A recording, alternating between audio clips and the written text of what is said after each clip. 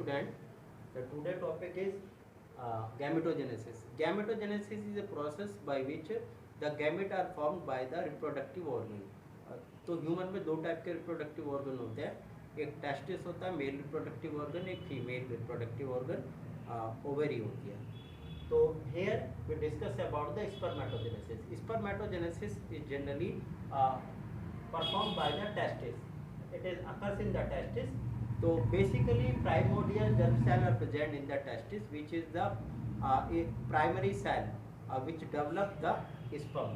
तो टेस्टिस में germinal epithelium present होती है, प्राइमोडियल जर्म सेल प्रेजेंट होती है जो बेसिकली स्पर्म बनाती है. ठीक है, तो at the time of the puberty the spermatogenesis is start.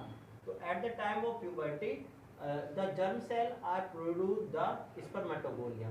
पहले जो सेल होती है वो स्पर्मेटोगोनिया का फॉर्मेशन करती है जर्म सेल, और स्पर्मेटोगोनिया में 46 क्रोमोसोम होते हैं. ठीक है, अब स्पर्मेटोजेनेसिस की 4 फेज होती है.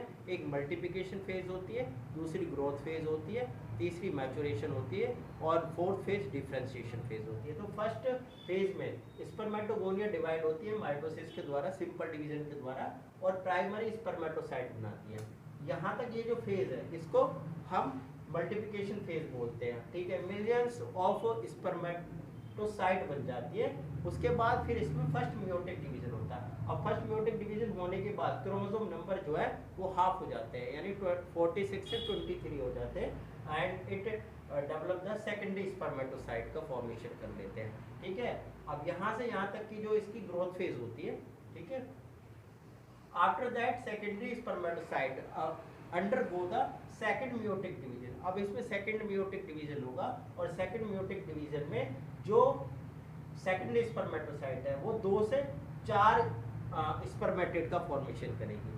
अब 4 स्पर्मेटेड का जो फॉर्मेशन होता है यहाँ से यहाँ तक की जो ये फेज है, it is also known as the maturation phase. इसको मैचुरेशन फेज बोलते हैं. अब इसमें जो स्पर्मेटेड होते हैं वो स्फेरिकल होते हैं, गोल होते हैं. ठीक है, अब गोल होने के बाद क्योंकि हम सबको पता है कि स्पर्म जो है वो लोकोमोट करते हैं. ठीक है, लोकोमोशन के लिए किस चीज़ की जरूरत है? टेल की जरूरत है. तो इसमें क्या होता है कि जो स्पर्मेट है वो डिफरेंशिएटेड होकर स्पर्मेटोजोआ में चेंज हो जाता है. The structure is look like the tadpole. इसका जो स्ट्रक्चर है वो टैडपोल की तरह होता है. ठीक है, यानी टैडपोल की तरह ये हो जाता है, और इसमें हेड होता है, नेक होता है, टेल प्रेजेंट होती है. ठीक है, और यहाँ से लोकोमोशन करना स्टार्ट कर देता है. ठीक है, some hormone are regulate the spermatogenesis. Hormone GnRH, ये GnRH जो हाइपोथैलेमस से सीक्रेट होता है, और ये हाइपोथैलेमस से सीक्रेट हो गए. It is function act on the anterior pituitary. Anterior pituitary पे काम करता है, and it is trigger on the secretion of the FSH, follicle stimulating hormone, और ल्यूटिनाइजिंग हार्मोन को स्टिमुलेट करता है. ल्यूटिनाइजिंग हार्मोन जो वो क्या करता है कि वो सर्टोली सेल पे काम करता है. ठीक है, और ये जो है टेस्टोस्टेरोन के सीक्रेशन को प्रमोट करने का काम करता है. ठीक है, सेकंड है oogenesis. Oogenesis is a another process by which is performed by the female. ठीक है, तो फीमेल की जो ओवरी होते हैं उनमें oogenesis स्टार्ट होता है. प्राइमोडियल जर्म सेल या जर्मिनल एपिथेलियल सेल प्रेजेंट होती है.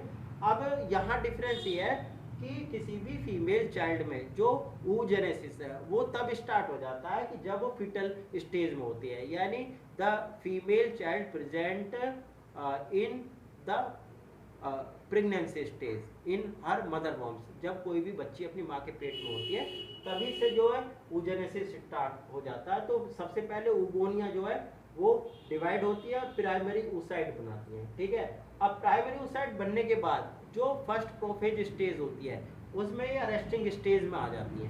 ठीक है, और primary oocyte first meiotic division करती है प्रोफेज कंडीशन में. ठीक है, प्रोफेज कंडीशन में अरेस्टिंग स्टेज में आ जाती है, और यहाँ तक जो है ये इसी कंडीशन में रहती है.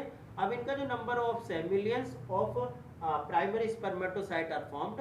ठीक है, बट आफ्टर द बर्थ, जन्म के बाद जब प्यूबर्टी स्टार्ट होती है तो प्यूबर्टी स्टार्ट होने पे millions of millions of oocyte is degenerate, and only 60,000 to 80,000 secondary oocyte are left, केवल उनमें से 60 से 80 हजार ही oocyte जो बच जाते हैं। उसके बाद सेकेंडरी oocyte में डिवीजन होता है फिर दोबारा, ठीक है। अब जो डिवीजन होगा इसमें क्या होगा, एक पोलर बॉडी बनेगी और सेकेंडरी oocyte बनेगी, ठीक है। अब पोलर बॉडी सेकेंडरी oocyte का फॉर्मेशन होगा, उसके बाद इसमें जो है सेकंड जो मियोटिक डिवीजन होगा, सेकंड मियोटिक डिवीजन होने पे secondary oocyte second polar body बनाएगा और ओवम बनाएगा। तो इसलिए इसमें हम ये कह सकते हैं कि उसमें जैसे 4 स्पर्म बन रहे थे, लेकिन इसमें एक ही ओवम बन रहा है, 2 पोलर बॉडी बन रही है। जो पोलर बॉडी है वो डिजेनरेट हो जाती है, उनका कोई फंक्शन नहीं होता, ठीक है। तो ये जो है बाकी की जो स्टेज होती है, ये स्टेज एडल्ट रिप्रोडक्टिव लाइफ में होती है, यानी पूरी यदि हम टाइम करें किसी का मेंस्ट्रुअल साइकिल यदि 12 से 13 साल में स्टार्ट होता है और मीनोपॉज तक वो जो है उसके अंदर 60 से 80,000 जो oocyte जो है वो एक मैच्योर ओवम में चेंज होते हैं। इसका मतलब क्या है कि उसमें से हर मंथ एक ओवम ही प्रोड्यूस होता है फीमेल की बॉडी में। हार्मोनल रेगुलेशन की बात करें तो हार्मोनल रेगुलेशन में जो GnRH है वो हाइपोथैलेमस से सीक्रेट होता है इसमें भी, और इसमें भी FSH और LH सीक्रेट होता है। FSH और LH are generally responsible for the secretion of the estrogen and progesterone hormone. Both hormone are responsible for the oogenesis. ये menstrual cycle के लिए responsible होते हैं और ये क्या करते हैं कि जो एंडोमेट्रियम होता है उसकी थिकनिंग को बढ़ाने में काम करते हैं, ठीक है।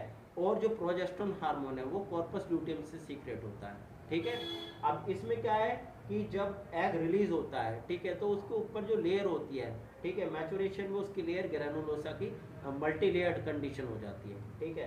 तो इस तरीके से जो है oogenesis का प्रोसेस जो कंप्लीट हो जाता है। तो 2 कंडीशन होती है, एम्ब्रियोनल स्टेज जब कोई बच्ची अपनी मदर के वॉम में प्रेजेंट होगी, और बाकी जो oogenesis है प्यूबर्टी के टाइम पे स्टार्ट होता है। दैट्स